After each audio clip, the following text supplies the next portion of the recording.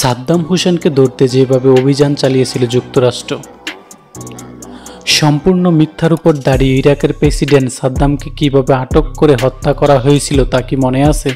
শুধুমাত্র যুক্তরাষ্ট্রের দাবিদারি করতে না চাওয়ার কারণে একটি সমৃদ্ধ দেশকে ধ্বংস করা হয়েছিল। তার জ্বালানি সম্পদ প্রকাশ্যে লুট করা হয়েছিল। 2003 সালের 18-19 মার্চ ইরাকে শুরু হয় মার্কিন আগ্রাসন। 29,166টি বোমা ও রকেট ইরাকে ফেলেছিল মার্কিন জোট। তারপর 2003 সালে 13 ডিসেম্বর সাদ্দামকে ধরতে অভিযান চালায় মার্কিন সেনাবাহিনী। তাকে আটক করার মিশনের নাম দেয় অপারেশন রেড ডন। ইরাকে হামলা শুরু হওয়ার পরপরই অজ্ঞাতবাসে চলে যায় সাদ্দাম। তিনি মার্কিনীদের হাই ভ্যালু টার্গেট নাম্বার 1। 2003 এর জুলাই থেকে ডিসেম্বর পর্যন্ত মার্কিন টিম তাকে খুঁজতে গিয়ে 12 বার ব্যর্থ হয়। এজন্য তারা 600টি অপারেশন চালিয়েছে। এর মধ্যে বিভিন্ন মানুষকে জিজ্ঞাসাবাদের সংখ্যা ছিল 300। এভাবে মার্কিন বাহিনী পেয়ে যায় প্রেসিডেন্ট সাদ্দামের নিরাপত্তা বাহিনীর একজন সদস্য মোহাম্মদ ইব্রাহিম ওমরকে। এরপর C squadron delta force 121 task ফোর্সের আন্ডারে থাকা ISA অপারেটর্স অ্যান্ড 4th আইডির 1st ব্রিগেড কমরেড টিম শুরু করে অপারেশন রেড ডন।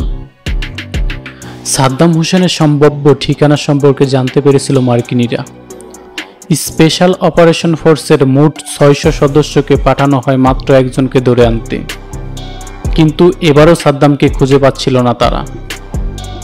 একটি ধ্বংসপ্রায় বাড়িতে শেষ অভিযান করার সময় কর্নেল হিকি দেখতে পায় একটি কার্পেটটি সরাতে একটি গর্ত খুঁজে পায়, যার মুখটি মাটি দিয়ে আটকানো ছিল। গর্তের ভেতরে গ্রেনেড ফেলার পরিকল্পনা করছিল তিনি। তখনই দেখতে পায় গর্তের ভেতর থেকে 2টি হাত বের হয়ে আসছে। গর্তের ভেতর দেখা যায় একটি ছোট্ট ঘর, সেখানে একটি লাইট ও ফ্যান ছিল, আর ছিল বাতাস আসার জন্য একটি পাইপ। গর্ত থেকে বের হয়ে প্রেসিডেন্ট সাদ্দাম নিজের পরিচয় দিয়ে বলেন তিনি নেগোসিয়েট করতে চান। রাইফেল দিয়ে তার মাথায় আঘাত করা হয়, তার কাছে থেকে পিস্তলটিও কেড়ে নেওয়া হয়। তখন তিনি কোনো প্রতিরোধ করেননি। তার সাথে ছিল একটি AK-47 রাইফেল ও $7.5 লাখ। তাকে একটি হেলিকপ্টারে করে বাগদাদে নেওয়া হয়। এরপর আমেরিকার পুতুল ইরাকি সরকার সাদ্দাম হোসেনের বিচার করে তাকে মৃত্যুদণ্ড দেওয়া হয়।